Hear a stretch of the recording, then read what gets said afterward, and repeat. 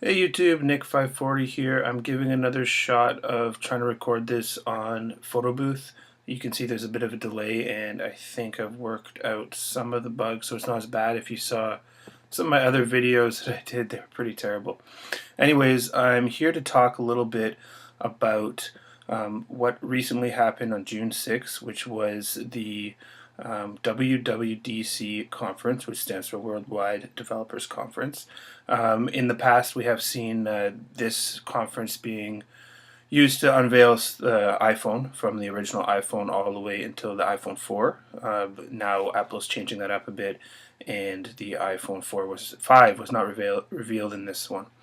However, I know that this is coming a bit late, this review, but I have a few things. I wanted to think about it for a week and rewatch the video, the keynote that was on the Apple site, and really think about some things here. Now, one of the things that I noticed was that Steve Jobs had very little presence compared to some past WWDC and keynotes that have happened. Uh, Scott Forstall and Phil Schiller really, I don't know if I pronounced that right. Schiller? Is it Schiller? Schiller, I think it is. Scott Forstall and Phil Schiller, as I said, were really the prominent two people speaking at WWDC. Steve did start it, and it's good to see him there. It wasn't as enthusiastic as some of the other keynotes I've seen him. But it was interesting to see Phil Schiller do some of the things that Steve Jobs used to do. One of those things being going over some of the milestones that Apple has had, including all the apps downloaded, iPad sold, iPhone sold, iTunes downloads. That's something that Steve Jobs used to do. And what I think I'm seeing here, if I'm correct, is that Steve Jobs is kind of moving himself out of the spotlight, moving himself from that number one guy, kind of equaling his share out between those other two gentlemen, Phil and Scott. So I really think that that's what's happening here.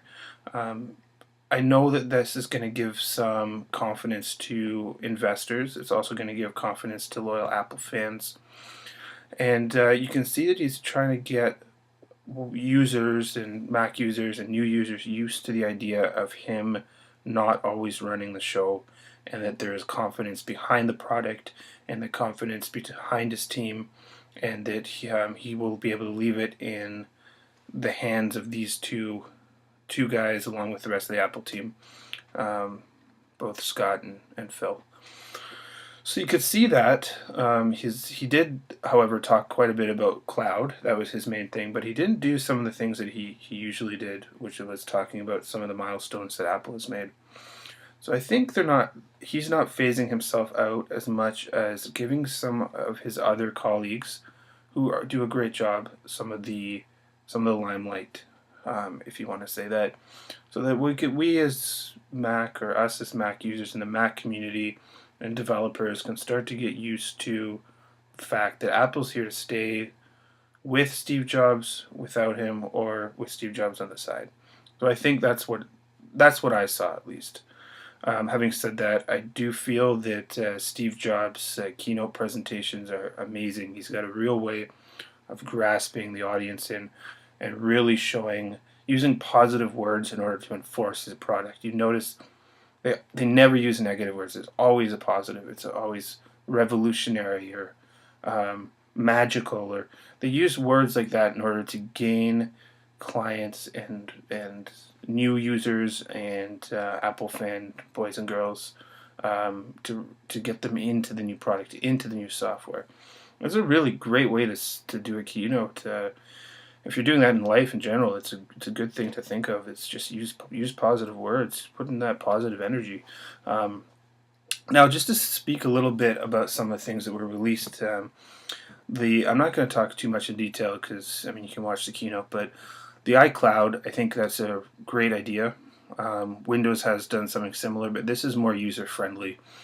I think it's going to be easier and more intuitive for people like my mom and grandma and other people who may use a computer but don't know all the features, and also not just a computer but also iOS devices. I think this is a great feature that is overdue, and I'd be excited to get my hands on it. As I haven't gotten my hands on it, I don't have much to say about it, but I was pretty excited. There's a few features that I won't go into, but that I thought were quite cool. OS X Lion, Mac OS 10. That's 10. For some reason, I always say X. Mac OS 10 Lion. I was really pleased at the lack of CD, and you can just download it on the App Store for $29.99.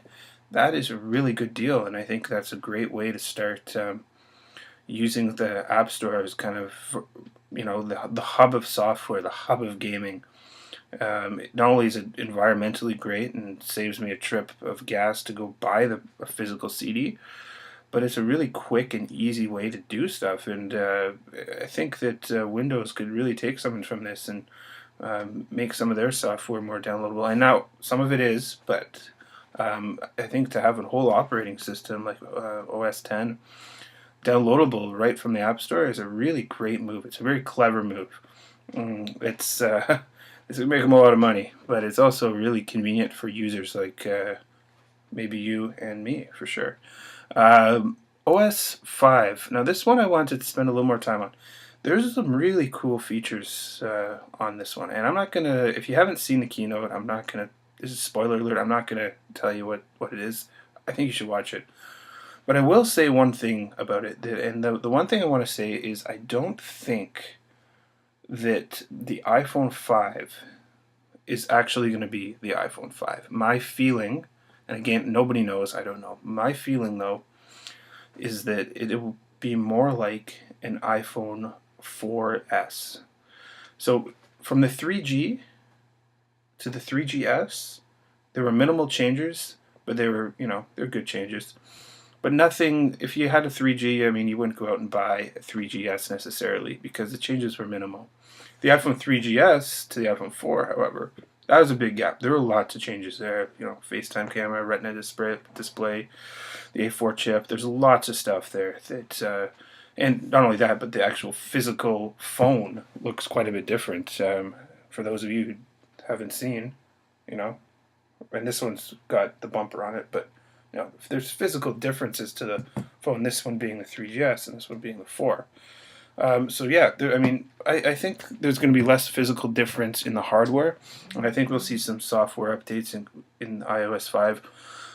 But also to the phone, I think that the camera, you'll have a camera. There was a video released that the actual flash was going to be on this side, and the FaceTime camera was going to have a flash and would be this way. Don't know yet, but I think what's going to happen, some of the bigger changes are going to be actually the camera. I think we're going to see an 8 megapixel camera. I think we're going to see an A5 plus chip, maybe an A6 or something like that. So I think it'll be faster.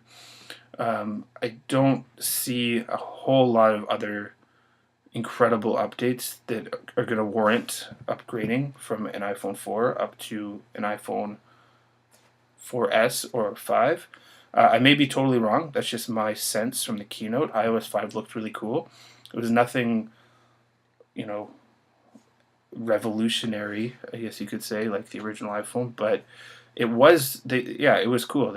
But again, some of those updates you can use on the 3GS and the iPhone 4. But I don't think that we're going to see something totally different, totally revolutionary between the iPhone 4 and the iPhone 4GS or 5, whatever they're going to call it.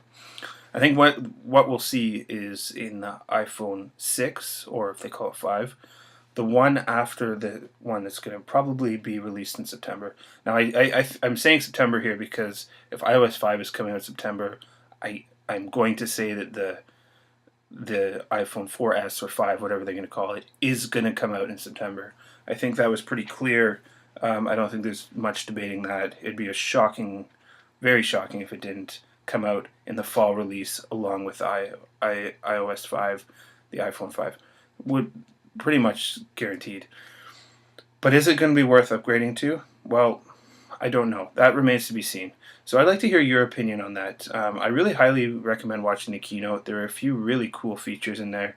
I didn't want to get into them all today. I just wanted to talk about a few things, mainly Steve Jobs kind of, taking more of a back seat. I know he's still a main guy, but taking more of a back seat and letting some of his other employees represent Apple, and also talk a little bit about the iPhone 5 and some of the cool features of iOS 5. Please see that. There are some really cool features in iOS 5. I could obviously show you, but if you haven't seen them, check out the video for yourself. Please leave a comment below. I'd like to hear your thoughts on what you thought of WWDC 2011 and what you expect the next iPhone to be. Do you think I'm wrong? Do you think I'm right with the iPhone 4S or 5? Do you think it's going to be a major upgrade? Do you think it's just going to be minor? What do you think about Steve Jobs? Do you think he's moving out of the picture? I'd like to hear your opinion, so please leave a comment below, and thanks again for watching. This is Nick540, and see you next time.